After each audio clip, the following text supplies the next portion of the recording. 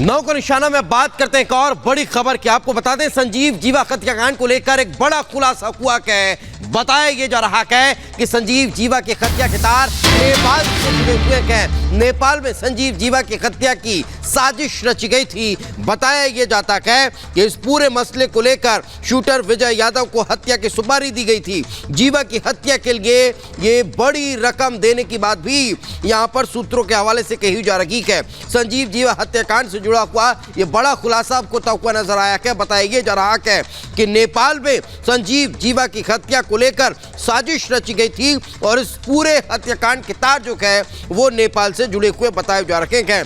इतना कि नहीं, इस हत्या की साजिश को अंजाम देने के लिए शूटर विजय यादव को सुपारी दी गई थी।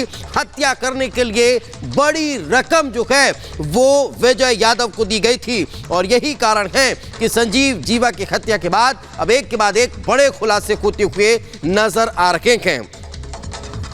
तो आपको बता दें, लखनऊ के कोर्ट परिसर में संजीव जीवा की दिन दहाड़े हत्या कर दी गई थी। उसके बाद से अब एक के बाद एक परत दर परत बड़े खुलासे होते हुए नजर आ रहे हैं।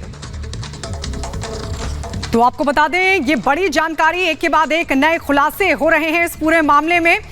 रंगदारी भी जीवा की तरफ से अक्सर मांगी जाती थी, एक के बाद एक बड़े खुलासे। लेकिन जिस तरीके से रंगदारी मांगने का ये पूरा खेल चल रहा था, अब उस पर ताला कैसे लगेगा, ये अपने आप में बड़ा सवाल है। मुख्तार का ये गैंगस्टर संजीव जीवा, जिसको मौत के घाट उतार दिया। हालांकि अब जो शूटर है वो पुलिस रिमांड पर है, लेकिन अब इसका कितना बड़ा साम्राज्य था, क्योंकि लगातार योगी सरकार की तरफ से एक्शन लिया जा रहा है और इस सबके बीच कई ऐसे मामलों का भी खुलासा हो रहा है कि कैसे ये रंगदारी मांगता था। लेकिन आपको बता दें, अब इस पूरे हत्याकांड के तार नेपाल से भी जुड़ते हुए नजर आ रहे हैं और ऐसा बताया जा रहा है कि बाकायदा जो सुपारी है वो दी गई थी संजीव जीवा की हत्या की और पूरी जो योजना थी, पूरी जो साजिश थी वो रची गई थी नेपाल में इस पूरी योजना को रंग रूप दिया गया था और उसके बाद इस हत्याकांड को अंजाम देने के लिए बाकायदा सुपारी भी दी गई और फिर लखनऊ में कोर्ट रूम में जज के सामने मौत के घाट उतार दिया गया शूटर विजय यादव। हालांकि यह भी बताया जा रहा है कि बाकायदा कोर्ट रूम में उसका एक साथी भी